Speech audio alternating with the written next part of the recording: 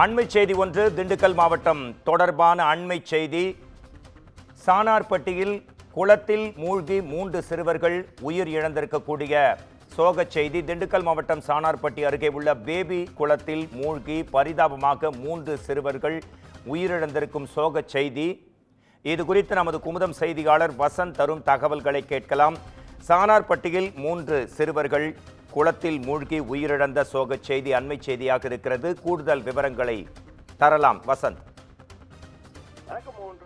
திண்டுக்கல் மாவட்டம் நத்தம் அருகே இருக்கக்கூடிய கொசவப்பட்டியில் இருக்கக்கூடிய அரசு உதவி பெறும் பள்ளியில் 8ஆம் வகுப்பு படித்து வரும் கோகுல் அப்படி என்பவர், அதே மாதிரி 5ஆம் வகுப்பு பயின்று வரும் யாதேஸ்வர், அதே மாதிரி 5ஆம் வகுப்பு படித்து வரும் டார்லிங் இன்பராஜ் என்ற 3 பேரும் இன்று பள்ளி விடுமுறை என்பதால் கொசுவப்பட்டி அருகே பேபி குளம் என்ற ஒரு கல்லூத்து ஊரணி ஒன்று உள்ளது. அங்கு சென்றுள்ளனர். 3 பேரும் குளத்தில் குளித்துக் கொண்டிருந்த போது ஆழமான பகுதிக்கு சென்று குளித்து போதுதான் நிலை தடுமாறி அங்கு இருக்கக்கூடிய ஆழமான பகுதியில் நீரில் மூழ்கி ஒருவரை காப்பாற்ற முயற்சியில் ஈடுபட்டு 3 பேரும் நீரில் மூழ்கி இறந்துள்ளனர். வெகு நேரமாகி குளிக்க சென்றவர்களை காணும் என்று வீட்டில் இருப்பவர்கள் தேடிய பிறகு பெற்றோரும் தொடர்ந்து அவர்கள் எங்கே சென்றார் என்று தேடியுள்ளனர்.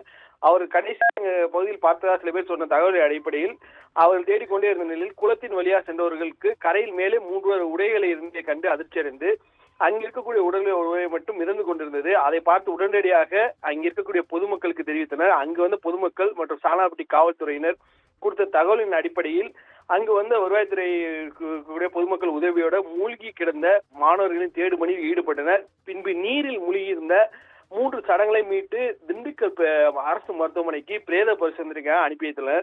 இந்த சம்பவம் குறித்து சானார்பட்டி போலீசார் தற்போது வழக்கு பதிவு செய்து விசாரணை நடத்தி வந்தனர். 3 மாணவர்கள் நீச்சல் பழக சென்ற போது நீரில் இறங்கிய இந்த சம்பவம், அவர்கள் இறந்த இந்த சம்பவம் பெரும் சோகத்தை அந்த கிராமத்தை தற்போது ஏற்படுத்தியுள்ளது. மோகன்ராஜ், உடனுக்குடன் தகவல்களை தந்ததற்கு நன்றி வசந்த்.